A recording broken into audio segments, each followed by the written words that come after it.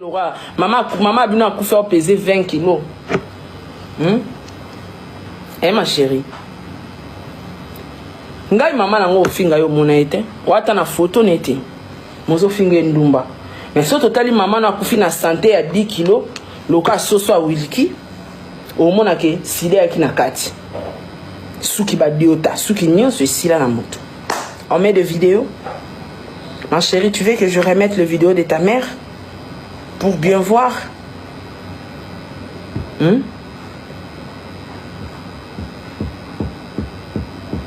Baïbio éclate. Ongengate. Tu brilles pas, ma chérie. Et toi, les athées, wapolele.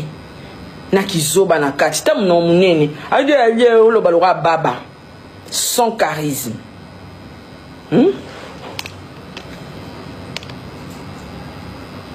Nous t'as pexaté. Petit au foie à leçon. Nous t'as pexaté. Vous comprenez que va colobordir baza. Braza. Non tant ba komba bana batute. Moni ba pede nyonso bate kako. Ba pede tout bate kako. Ba ebinga. Ba pede nyonso bate kako. Ba ebinga. Ba oye biso peke Sarah banda okete. Tuna bango. Tuna bango. Taka lelo na lobi yango. Tuna bango ba biso ke Sarah lelo ba benga ba zozo. Mais à l'époque yaki zozo te yaki na kombo mo bazaro benganga. Sarah bina zozo akenda te. Et à l'époque ils avaient un souci. Et pourtant Dieu m'épargnait de beaucoup de choses. Nous avons banda épargné nga. So non ça c'est que non qui mon poussa. Et ça la air mon poussa. En kwanza. Nzamba banda ko épargner nga na banda oyebate. Ngana mona kalowa ndeni bazozwa ngate, ndeni bazozwa ngate. Mais le lot je vis ma vie en paix hein. Non sa vie n'a paisiblement. Hein. Je regrette rien aujourd'hui. Yango balobara tout ce que Dieu fait est bon. Nandima on a vu nanga que tout ce que Dieu fait est bon. Moni batouana tout ba o kacha braza, ba o simsanga ba 20 000 balles. Nous ba oya na en euro. Kop ni na braza o yo tangela nga mutwana na yebiete. Bango tu na yebi bango.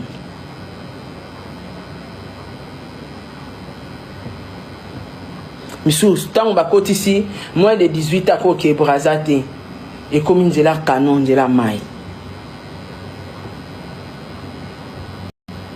Mais ngalo kana zo ki osomba bloko na nga oteka nga na zo bima na beach.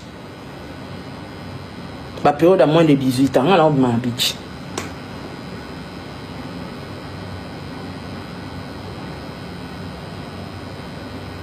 Donc mak vie aux sala. Na yebi vi non nyonso awo na ba place okendaka pona leka kuna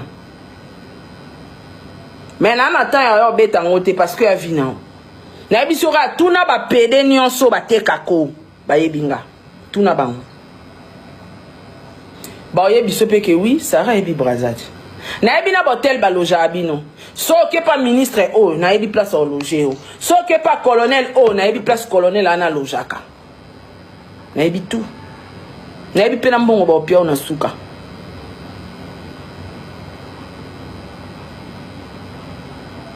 Oh wana mususa linga basi bazaka na ba poil. Oza na ba poil awa, oza na ba poil awa. No yebi sona mbongo apia na place a lojaka.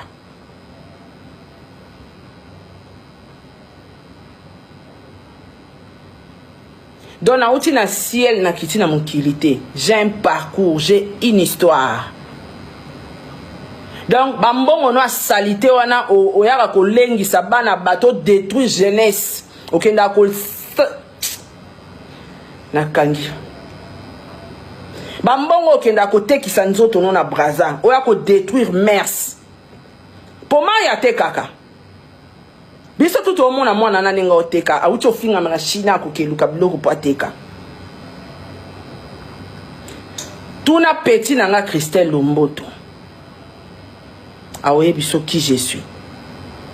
Alors banote sero yo azambia katanga Maman koufi na santé lora. Maman Jemima kenda kindumba na Braza. Asala nil part. Yangwa boma mama likola mbongo ba ministre Braza. Aye na mbongo boy basa ila mama soki traitement malade zo bakisa makaka side zo mata ti mama side milobeli mama o la lakisa bana tanzela nzamba laksi bana peka kindumba ali kufa noki mama kufi poids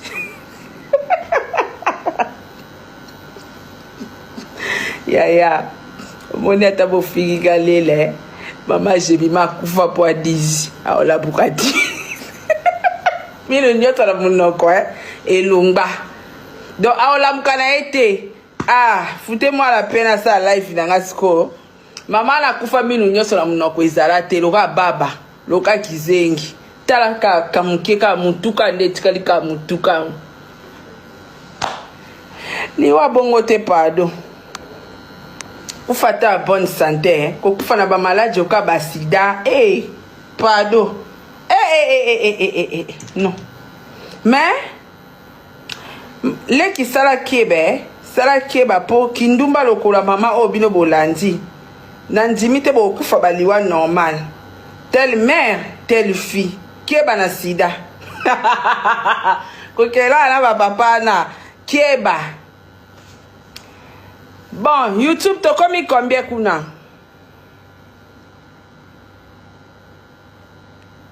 Bon.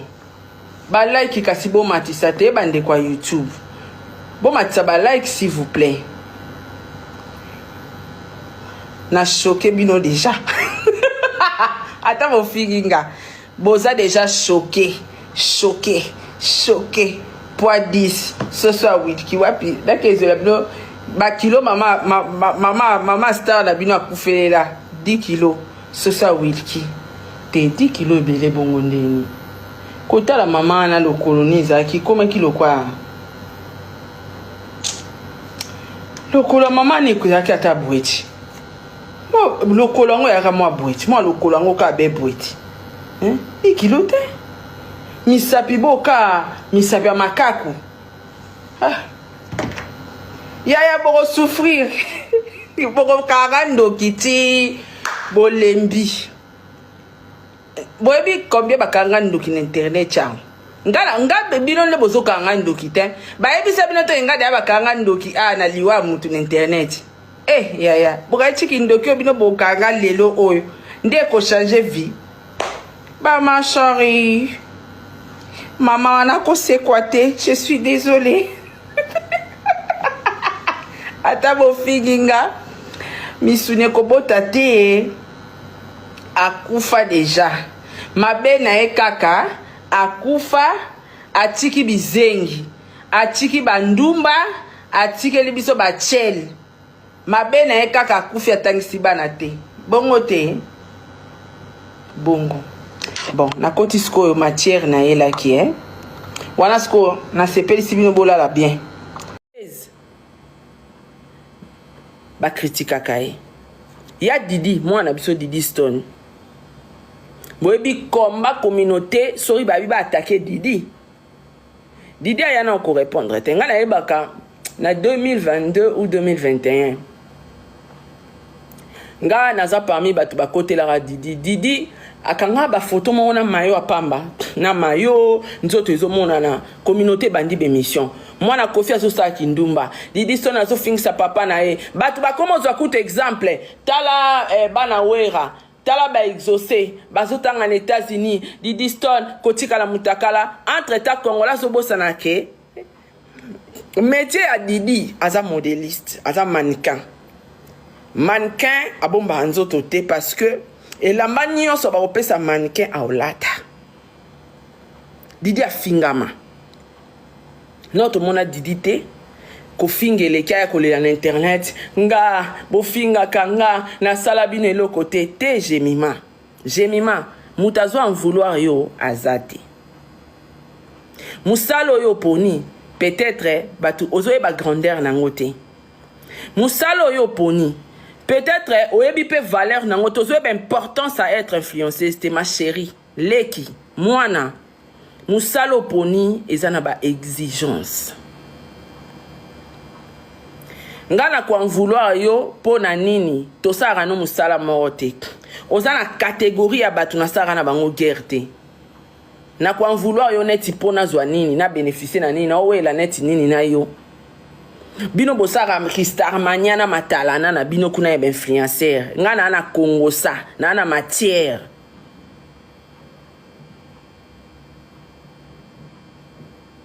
et puis ngana star application te ngana tabatara ngana TV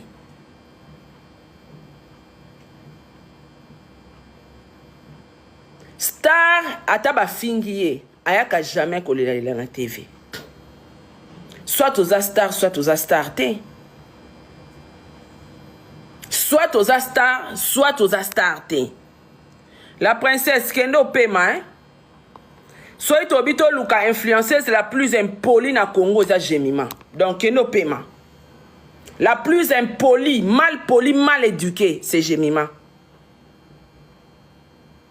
azo continuer na sale comportement parce que ba fanatique toxique bo sungete na bato bo apembeni ne soi-disant bo abayaya bo sunga ete bayayo bo sola na leki wana fo bo sungeti mutu mo akomelinga soki ezalaki adasa na nga na bete makasi nga ayokisinga soni na obete na osala na Jemima o na salaka na bana na nga moko alobi Jemima azaloka mwana no j'accepte mais na kolinga mwana zoba te nazobunda po bana nga batanga bazala bazoba te un jour na vie so na lobi na Jemima zonga classe et c'est insulte te so ina bina considérer local leki local mwana alors il faut zonga classe na onobane ka Jemima tu dois t'intégrer zonga classe continuer vie na ya ki Starmania mélanger on a classe ça va t'aider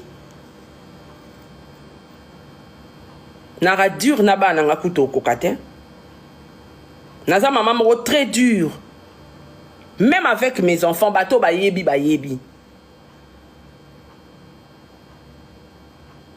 po bana babanga nga parce que je suis dur so ibozwa Jemima bobi Jemima za lora mwana na yo alors so za lora mwana nga na ko frapper sévèrement na o melise biberon te nga za maman abondela bana te que moi na osala mabe moi na osala mama lamu te Jemima kaza mwana nga ndela bana te so bo pesi nga Jemima kaza mwana nga na ko sala koleka o bino bo mona wana wala kuno loba ngai na loba tina biso bakanga na zo sala lusopo ba pesi nga rapport na yo na ogangelo kaka wana sur place na miso bakamanga dino na corriger vous la bercez beaucoup voilà moi na zo apprendre te allez bolibo comme ça netinga mamu kolobo ina comme adversaire na ina ndeni nana éviter que Jemima sala plus impoli na ba tiktoker nyonso na ebi si toi tu brosses pas les dents bien regarde un peu ici c'est jaune ici c'est comme ça ayo kate na bengi ba camarade o ya respecta ba influenceur ba yeba ke bengi ba nyonso na sorti biso média to vanda wana pour dire que bango tu sais so ba sel mama la to beta de bien brosser les dents so ba sel mama be to eto ba camarade na basi ba bando seka banda BBL abanda ofinga sali mwana clasher ba to internet mwana komi ko brosser correctement sera brosser maman ha o so ka BBL azu kombo na ngane za Sarato la bo influenceuse yo Sarato la yo tout finayo mabele minene oso yoka na bensanité mabele minene mabele kwa yoso yoka BBL na bensanité boso ka BBL azo finga mobala mutu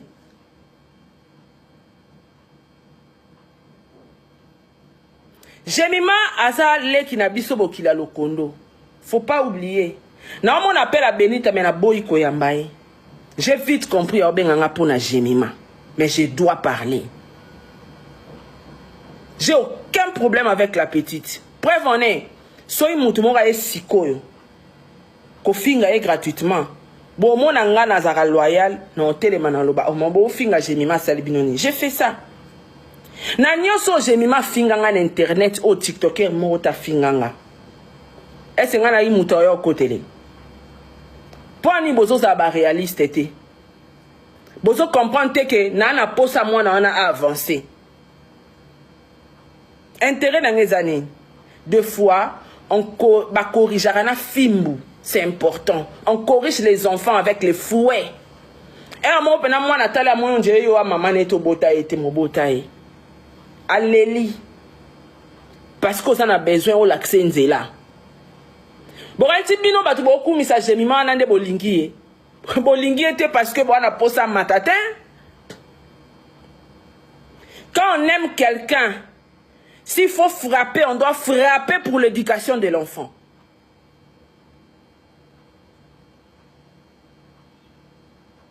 S'il faut parler, on doit parler. Sora zara petit nanga ya chombo. Nanga na fingi na téléphone. Oza zoba. Wa sans esprit.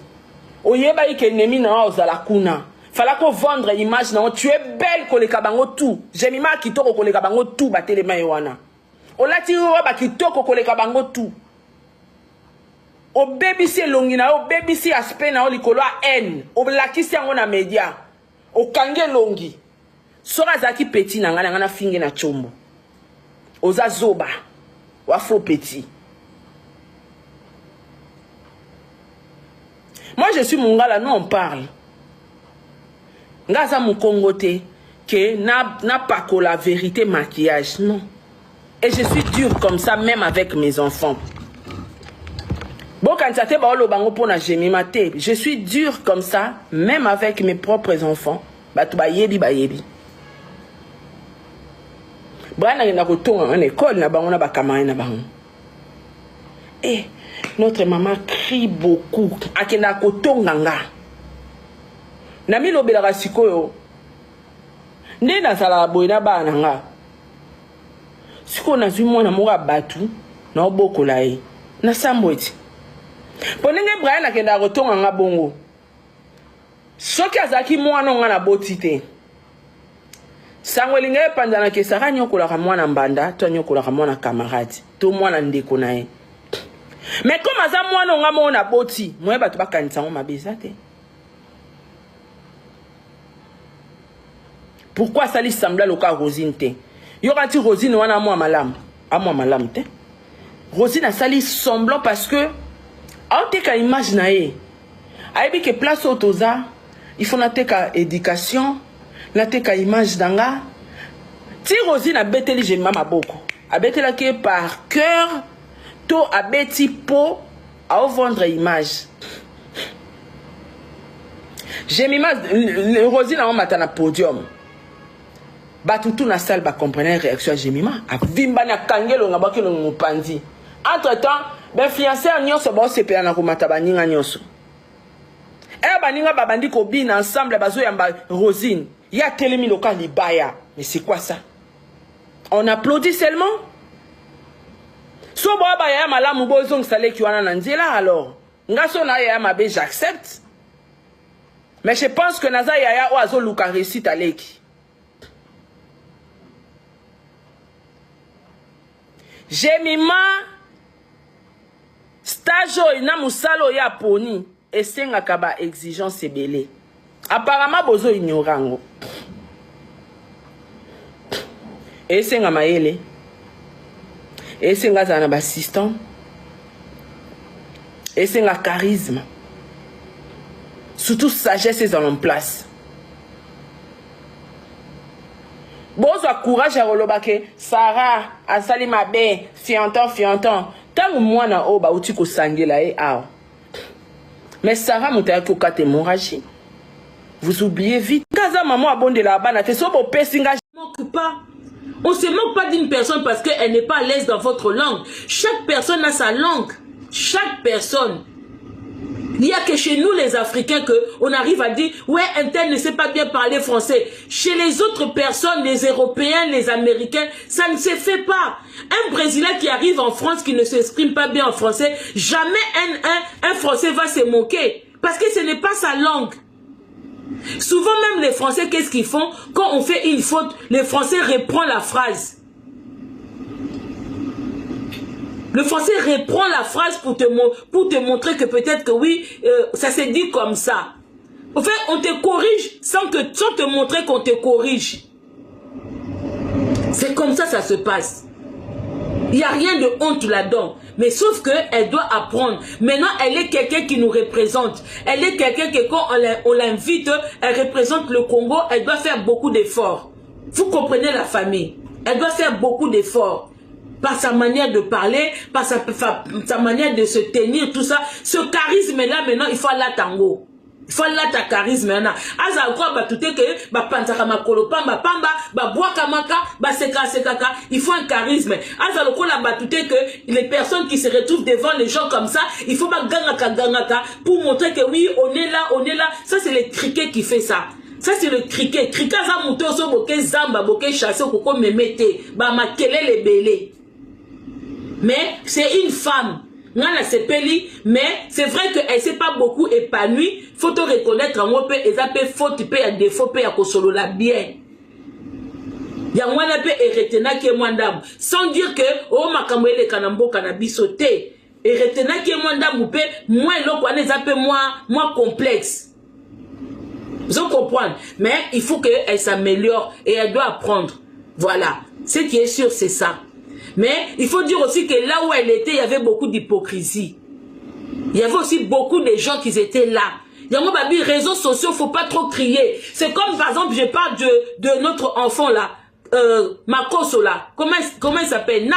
Nash Makoso. Vous savez, beaucoup de gens, des fois, ils ont des grandes gueules. Mais quand tu les retrouves dans un endroit, l'apparence qu'ils donnent, ce n'est pas ça. Moi, Nash Makoso là, quand il fait ces trucs de noter les créateurs de contenu, les créatrices de contenu. Moi, je pensais que si c'est Rach là, il était comment? Je pensais que quelqu'un, j'allais voir vraiment en smoking, machin, tout. Mais je vois quelqu'un qui fait la photo avec, par exemple, Jemima, qui était en robe de soirée, belle comme tout. Je vois Rach Makoso là, avec un bras cassé en jean.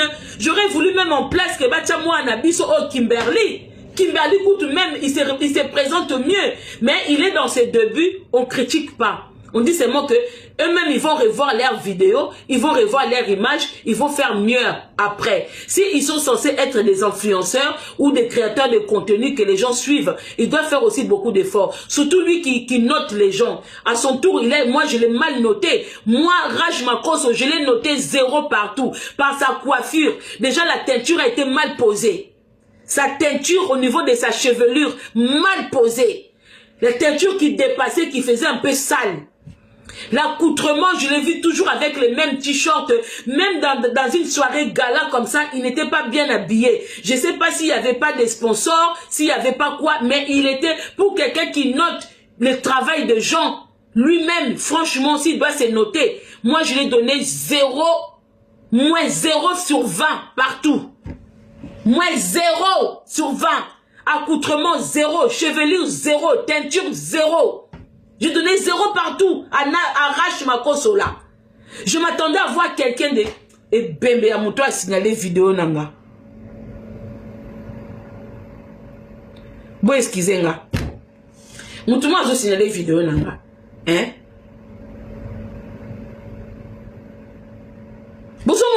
Donc, on donne l'importance, mais quand on le voit comme ça, en vrai, ce n'est pas ça.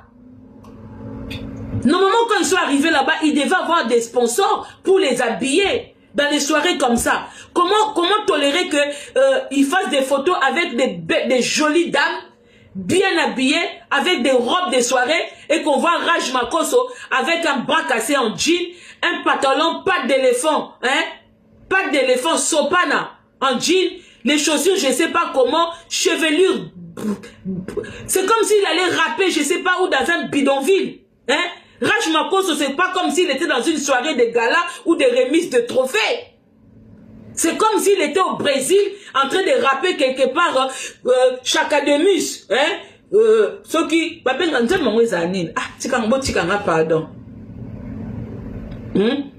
Nzemba Chakademus là. Hein? Moi je l'ai imaginé même dans un coin en Côte d'Ivoire là en train de faire je sais pas quoi. Mais pourtant il était dans une soirée remise de trophées. Il était mal habillé. Mal habillé. Mais c'est lui qui vient noter les gens hein, sur les efforts que les gens mettent pour réaliser des créations, pour faire des créations comme ça. C'est lui, il vient dénigrer les gens. Lui qui dénigre les gens, il arrive maintenant dans les endroits comme ça. Il aurait pu faire mieux. Je ne les critique pas, hein, mais je dis ce sont les gens qui doivent s'améliorer. Si Jemima doit s'améliorer, et tous là, ils doivent s'améliorer aussi. Beaucoup. Ils doivent s'améliorer, et tous, ils doivent s'améliorer. C'est pas seulement Jemima. Hein? Pembe na Jemima, j'aurais voulu voir Kimberly. Même pas Kimberly. Oh, Moussousso Nani. Daddy Michel. Fait que même Daddy Michel qui a accompagné ta Jemima. Parce que Daddy Michel aussi, c'est quelqu'un, au moins c'est un mec élégant. So batie penza teni wepan. Ah, Tokos. Toi na batu, bande ko ne sous-estime, bon sous-estime abiso na Congo te. Toza na batu na Congo.